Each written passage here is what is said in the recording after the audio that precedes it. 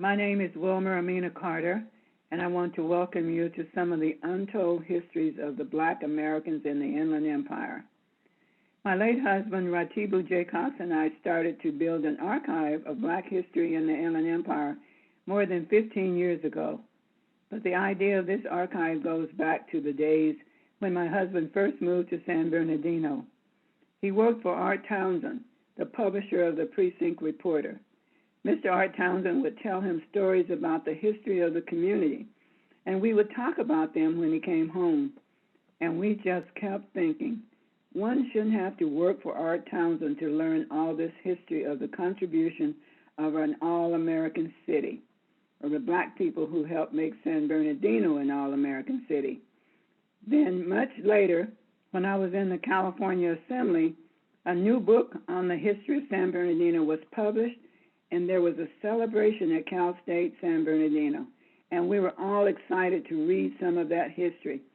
But when I looked at the book, there was only one story of a Black person in the whole book, the story of Biddy Mason, an enslaved woman who came to San Bernardino with the Mormons. I knew that Black people had been living here and working here the whole time, that Black people had helped to build San Bernardino until it was named the All-American City in 1977. So I marched up to the brand new librarian from Cal State, Dr. Cesar Caballero, and I told him in no uncertain terms how mad I was about this book and how important I thought it was to tell the history and the contributions of the Black community in the Inland Empire. He told me that he agreed and came to visit me the next day at my house to see all the papers I had collected. And he told me that Cal State would help me.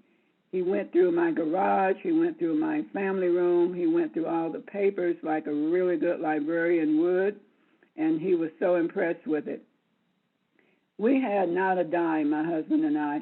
We didn't know anything about archiving, but we knew that there were important stories of Black history in the Inland Empire that were not being told. So we built a team of community members and started to do oral history interviews and to collect papers. We have already done more than 80 oral history interviews. We are continuing to work on that archive right now, collaborating with the University of California, Redlands, and UofR to collect and transcribe more stories for the archive at Cal State San Bernardino. We call this archive the Bridges That Carried Us Over, because our ancestors are the bridges that got us over to where we are now. We started from so far behind, but our ancestors were the pacemakers that paved the way for us, so now we can take it over to another level. Like Art Townsend, many Black people didn't have the funds to start businesses or newspapers, but he managed to do it, and then he reached back and showed others how to do it also. So that's why we call the archives the bridges that carried us over. Our ancestors reached back and taught us how to do it and brought us over. We would not have been able to do it if it weren't for the ancestors that paved the way for us. So please join me in this effort to preserve the African American history of the Inland Empire. Share your stories, your photos, and your documents. We will share our contact information at the end of this event.